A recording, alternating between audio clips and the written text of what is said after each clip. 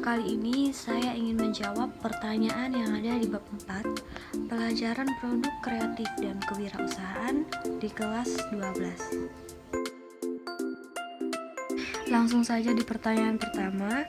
Menurut ISO, quality vocabulary mendefinisikan manajemen kualitas dapat diimplementasikan pada apa saja. Yang pertama, perencanaan kualitas atau quality planning adalah penerapan dan pengembangan tujuan dan kebutuhan untuk kualitas serta penerapan sistem kualitas. Yang kedua, pengendalian kualitas atau quality control adalah teknik-teknik dan aktivitas operasional yang digunakan untuk memenuhi persyaratan kualitas. Yang ketiga, jaminan kualitas atau quality assurance adalah semua tindakan terencana dan sistematik yang diimplementasikan dan demonstrasikan guna memberikan kepercayaan yang cukup bahwa produk akan memuaskan kebutuhan untuk kualitas tertentu. Terakhir, peningkatan kualitas atau quality improvement adalah tindakan-tindakan yang diambil guna meningkatkan nilai produk untuk pelanggan melalui peningkatan efektivitas dan efisiensi dari proses aktivitas melalui struktur organisasi. Lanjut di pertanyaan kedua.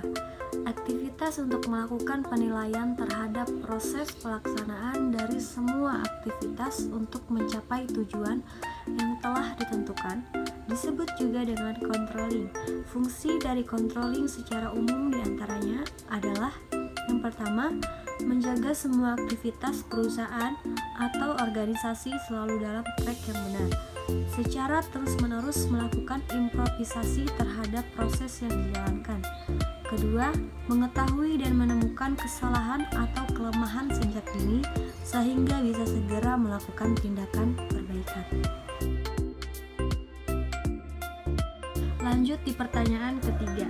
Apakah SOP mampu memandu pengembangan memenuhi keinginan pelanggan? Jika SOP dijalankan sesuai dengan yang tertulis, tentu kinerja perusahaan akan dinilai baik di mata konsumen, sehingga konsumen tidak segan untuk mencoba dan menggunakan hasil produk atau jasa perusahaan tersebut. Bahkan akan berdampak juga pada ketertarikan masyarakat untuk bekerja pada perusahaan.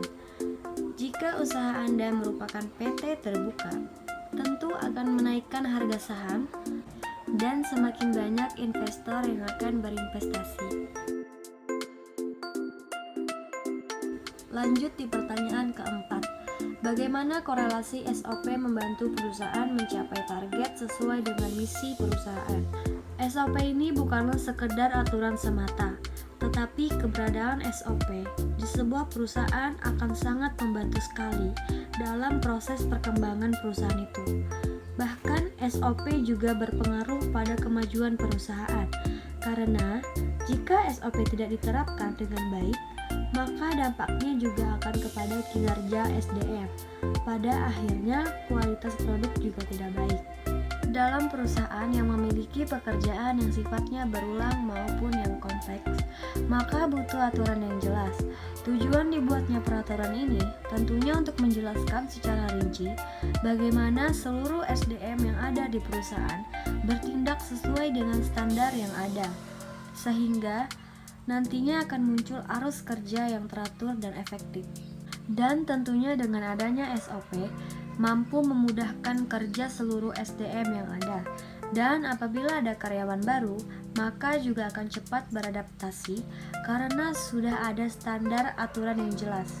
Dari sisi manajemen juga akan mudah melakukan kontrol dan pengawasan terhadap alur kerja secara menyeluruh. Akan mudah mendapatkan hal yang tak wajar jika menemui kesalahan, sehingga akan cepat membuat keputusan dan solusi untuk mengatasinya. Jika Anda ingin membangun perusahaan, sudah menjadi kewajiban untuk membuat SOP, karena dengan adanya SOP ini akan menghasilkan banyak manfaat untuk perusahaan Anda, seperti meningkatkan akuntabilitas perusahaan, membantu staf bisa lebih mandiri, menciptakan standar kerja yang teratur dan membantu memudahkan evaluasi kerja, menciptakan efisiensi dalam bekerja. Lanjut di pertanyaan kelima. Apakah keuntungan wirausaha bila memiliki SOP dalam bisnisnya dibanding dengan yang tidak memilikinya? Yang pertama, SOP yang baik akan menjadi pedoman bagi pelaksana, menjadi alat komunikasi dan pengawasan, dan menjadikan pekerjaan diselesaikan secara konsisten. Yang kedua, para pegawai akan lebih memiliki kepercayaan diri dalam bekerja dan tahu apa yang harus dicapai dalam setiap pekerjaan. Yang ketiga, SOP juga bisa dipergunakan sebagai salah satu alat training dan bisa digunakan untuk mengukur kinerja pegawai. Sedangkan yang tidak memiliki SOP, maka kinerja pegawai tidak akan maksimal.